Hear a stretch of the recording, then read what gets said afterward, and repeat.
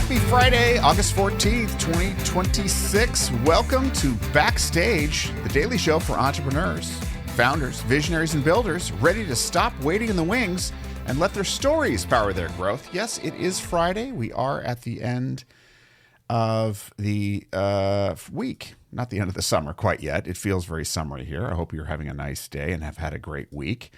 I've been reflecting on a whole bunch of things. I actually had trouble deciding what I wanted to talk about today because I've got a lot on my mind. But we're going to stick with this one thing, and that is one more reason to think about really investing in your purpose, your why, your manifesto, your beliefs, and why working at it over an extended period of time is worth it. From Fortune.com, the business editor, Nick Lichtenberg, wrote this article titled, "Only 12% of family businesses stay in the family by the third generation." A Goldman Sachs chairman says optimism is the reason. But digging deeper, so the article kind of cites Goldman Sachs's Francois Xavier de Malman, chairman of Goldman's investment banking division, and that he's arguing that the deeper issues and problems are often not about, legal documents or, mechanics. It's often an issue of founders who kind of put off difficult conversations about who should lead. And so people start developing entitlement or assumptions about things, not defining what control of the company actually means, not finding out what people really want about, in the next generation and so on. In other words, avoiding those conversations. Now, I came out of a past business where I was helping people have difficult conversations. And in fact, I remember, going in on some jobs where the premise was there was a tooling company in the Midwest. They manufactured a particular metal object. That's all I'm going to say. And it was kind of a very niche object, but worth a lot of money, and they sold it all over the world. All right.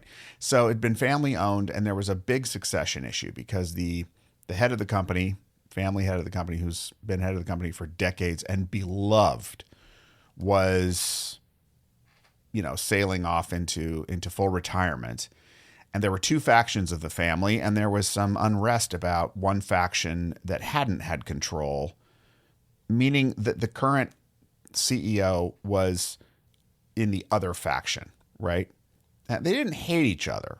It wasn't like the Hatfields and McCoys or the Roses, but there was some concern about, hey, it's time to have the other side of the family get control of the company for a while. But the problem was the head of that part of the company had some, shall we say, a reputation of an ego that was kind of oversized and maybe didn't have the people skills, the empathy that the longtime CEO had. And so it was causing a lot of angst. And anyway, I remember being a finalist with one other company, going in and basically helping them have the conversations they needed to have. But here was the problem. We were way too late in the game. It was already destined to fail because the cake was baked. And I could see that even at the bidding process. Yeah, we can have these conversations now, but it's gone on way too long. So here's what we can learn way, way, way, way upstream when you're in growth mode and you can't even imagine selling quite yet. You're thinking, oh, that's another 10, 20 years down the road, or, if there's someone in your circle you want to succeed you.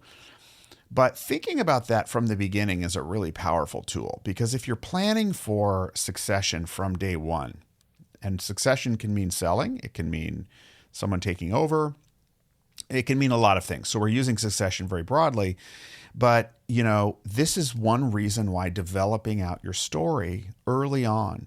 Why are you starting the thing? What is the underlying meaning underneath the business? The business itself on the surface could change a lot. But if you want what you're building to have deep roots, it needs deep meaning and deep storytelling. And the storytelling starts with you. Is this, you look at the story you're telling and, does it resonate with you? Is this real? Is it authentic? That story will help shape the culture that you build and prepare for succession. It will raise up those who vibe with your meaning, and it will kind of naturally repel those who don't if you stick with it.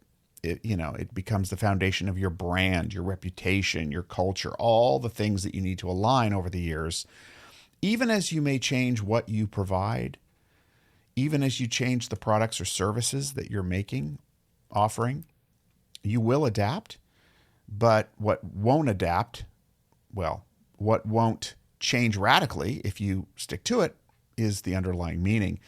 And that improves your chances when it comes to exiting succession or whatever and leaving something that resembles the thing and the reason why you started it in the first place. Now, this may not matter to everybody. Some people, they look at business ventures as, look, I'm starting this thing. I'm trying to get it valuable so I can sell it and make a bunch of money and get out, and I don't really care. And there's a place for that, I suppose. But a lot of founders are very deeply personally invested in the thing that they've founded and are growing. And for those, and I would guess it's probably the majority, I don't have any data on that yet, then it's really important to invest in the meaning making early on. It's in there, but have you really harvested all of it? Have you gotten it all out and put it in some documents that will lead the way, that are essentially your North Star, your compass, your and I don't mean to be blasphemous for anyone, but your Bible, basically. All right. So I guess that's not blasphemy, not at all. But you need some kind of founding, documents that really lay out why you're doing that. 12%, not a huge number. All right, listen, I'm going to leave it there. Just think about, have you fully uncovered and expressed the meaning behind your business? How complete is it? If you were passing it on to somebody else tomorrow, how clear would it be whether or not that person's in alignment with the meaning that you've founded your business on? All right, that's the question for today. And my suggestion is, have a great weekend if you can, whatever that looks like. Thank you as always for listening and hanging out with us all week this week. We've been on 5 days a week.